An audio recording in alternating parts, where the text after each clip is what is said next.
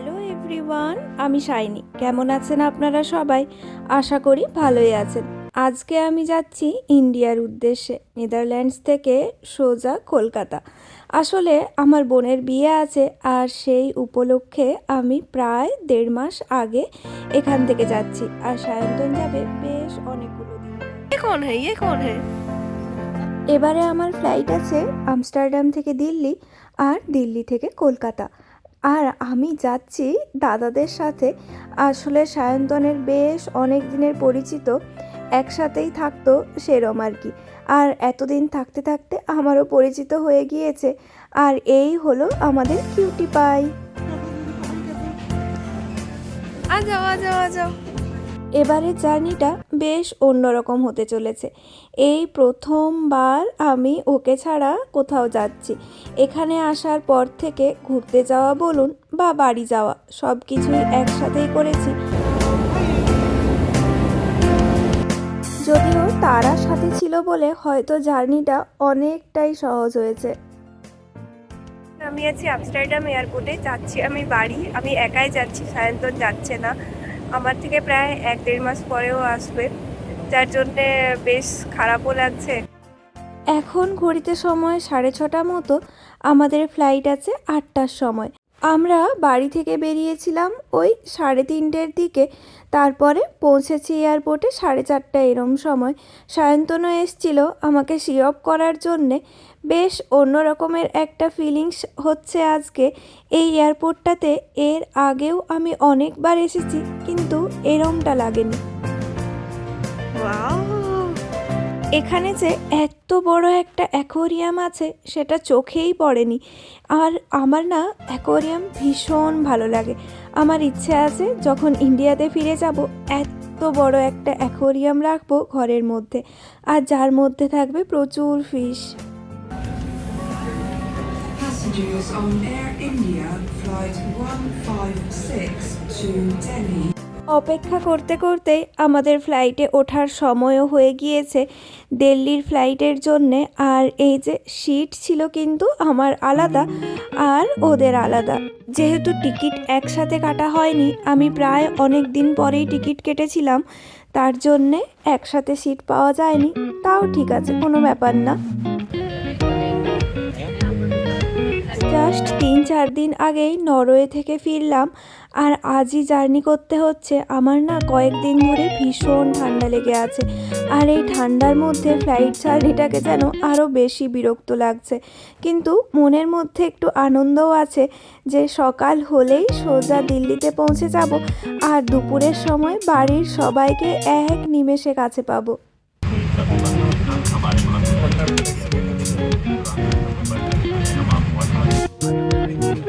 Flight এখনও আমাদের ছাড়েনি, জাস্ট অপেক্ষা করছিলাম কখন ছাড়বে।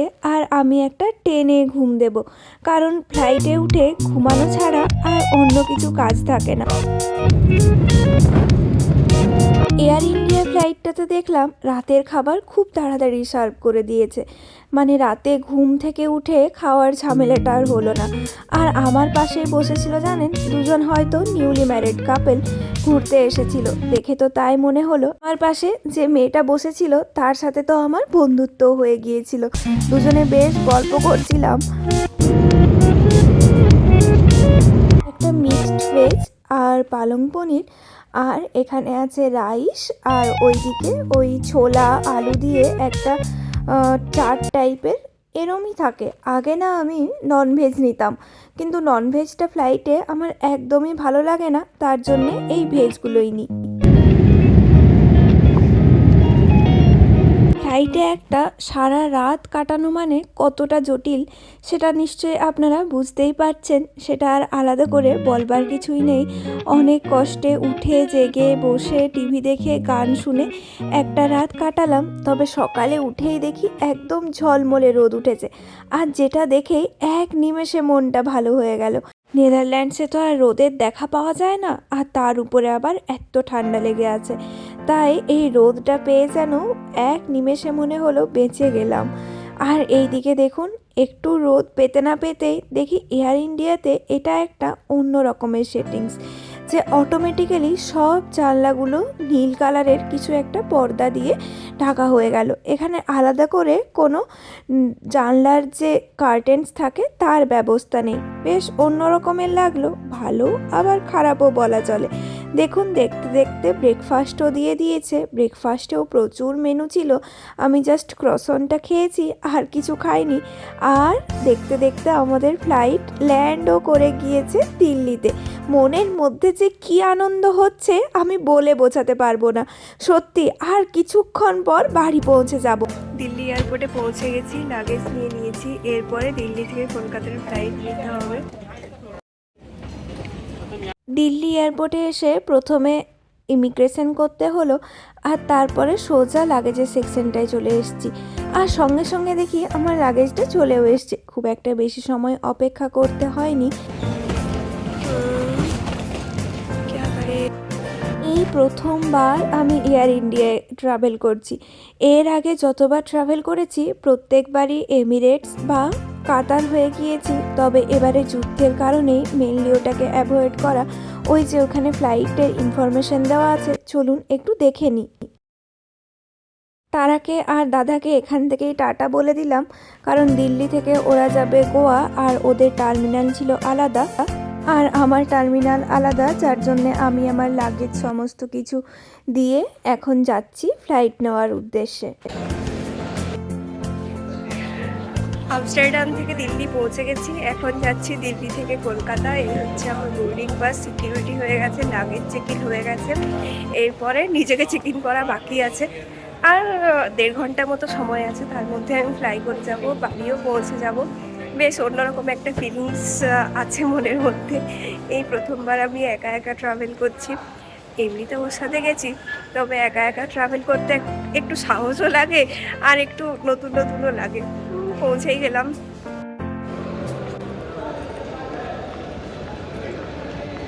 এয়ারপোর্টে গিয়ে আমার সব থেকে বেশি যেটা খারাপ লাগে সেটা হচ্ছে কেন যে পুরো এয়ারপোর্টটা আমাদেরকে দিয়ে ঘোরায় বুঝতে পারি না। মোটামুটি আপনি আমস্টারডামে যান, জার্মানিতে যান বা ইন্ডিয়ার কোনো এয়ারপোর্টে, পুরো এয়ারপোর্টটা না ঘোরালে যেন ওনাদের শান্তি হয় না। সেই এত হাঁটতে হয় যার জন্য পায়ে ব্যথা হয়ে যায়। বিয়ের পর প্রথমবার নেদারল্যান্ডসের ভিসা করানোর জন্যে দিল্লিতে এসেছিলাম। দিল্লি এয়ারপোর্টে এই নিয়ে আমি অনেকবার আসলাম, আর সেই সমস্ত স্মৃতিগুলো যেন মনের খাতায় এক নিমেষে ভিড় করে আসছে। ইন্টারন্যাশনাল আর ডোমেস্টিক দুটো ফ্লাইটেরই আমার টার্মিনাল সেম থাকার জন্যে আমাকে আর অন্য কোথাও যেতে হয়নি, এই এক জায়গার মধ্যে হয়ে গেল। সেটা বেশ ভালো হয়েছে। আর এখানেও দেখুন কি সুন্দরভাবে পুরো এয়ারপোর্টটা সাজিয়ে রেখেছেন এনারা। সত্যি এগুলো দেখলেও কিন্তু মনটা ভালো হয়ে যায় আর টাইমটাও বেরিয়ে যায়। আর দেখুন আমি দেখতে দেখতে 39B-তে পৌঁছেও গেছি। এখান থেকেই আমাদের কলকাতার ফ্লাইট ছাড়বে। চলুন তাহলে বসে পড়ি এবার। এবারে যেহেতু আমি ওয়ান ওয়ে টিকিট কেটেছিলাম, মানে আসার টিকিটটা এখনও কাটা হয়নি, তার জন্যে শুধুমাত্র ওয়ান ওয়ে টিকিটে আমার দিল্লি থেকে কলকাতা যাওয়ার কস্ট পড়েছিল প্রায় 8,000 টাকা মতো। এখন ফ্লাইটের টিকিট কেমন আছে সেটা অবশ্যই আপনারা কমেন্ট করে জানাতে পারেন। স্টেশনে একটু বসলাম। এখন সময় 12টা মতো, 12:30 থেকে আমাদের বোর্ডিং শুরু। এখন আমার মতো সবাই এখানে অপেক্ষাই করছে। 12:30 ঘড়িতে বাজতে না বাজতেই আমাদের বোর্ডিংও শুরু হয়ে গিয়েছে। আর ভাগ্যিস ফ্লাইটটা ডিলে করেনি, কারণ আর এখানে বসে থাকতে ইচ্ছে করছে না।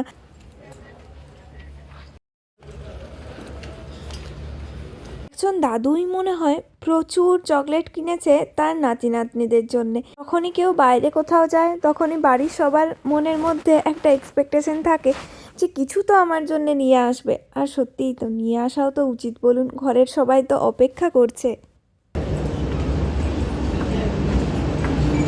ফ্লাইটে উঠে বসলাম। এই প্রথমবার আমি আমার ব্যাগটা নিজেই ওপরে তুললাম, কারণ এতদিন অবধি কোনো দিনও আমাকে করতে হয়নি, সব দিন সায়ন্তনী করে দেয়, এই প্রথমবার করলাম। 8 থেকে 9 ঘন্টা ফ্লাইটে ফ্লাই করার পর আর এই 2 ঘন্টা সময়টা কিছু মনে হয় না, এক নিমেষেই পেরিয়ে যায়। আর দেখুন এখন কিন্তু লাঞ্চ সার্ভ করে দিয়েছে আমাদেরকে এখানে। আর এয়ার ইন্ডিয়ার খাবার কিন্তু তুলনামূলকভাবে ভালো হয়। তবে কোনো ফ্লাইটের খাবারই আমি একদম খেতে পারি না, আমার জাস্ট ভালোই লাগে না। আর এইদিকে আছে ভাত আর পালং পনির, যা একটু আধটু পারি খেয়ে অপেক্ষা করি কখন ফ্লাইটটা ল্যান্ড করবে। ফ্লাইট ল্যান্ডও করে গিয়েছে। আর আজকে কিন্তু আমাকে শাশুড়ি মা শ্বশুরমশাই দুজনে মিলে এসেছেন নিতে। সেই সময় আর ভিডিও করা হয়নি, কারণ প্রচণ্ড টায়ার্ড ছিলাম। সোজা সেই চেনা ঘরটাতে এসে ভিডিওটা করলাম। চলুন তাহলে আজকের ভিডিওটা এখানেই শেষ করছি। সবাই ভালো থাকবেন।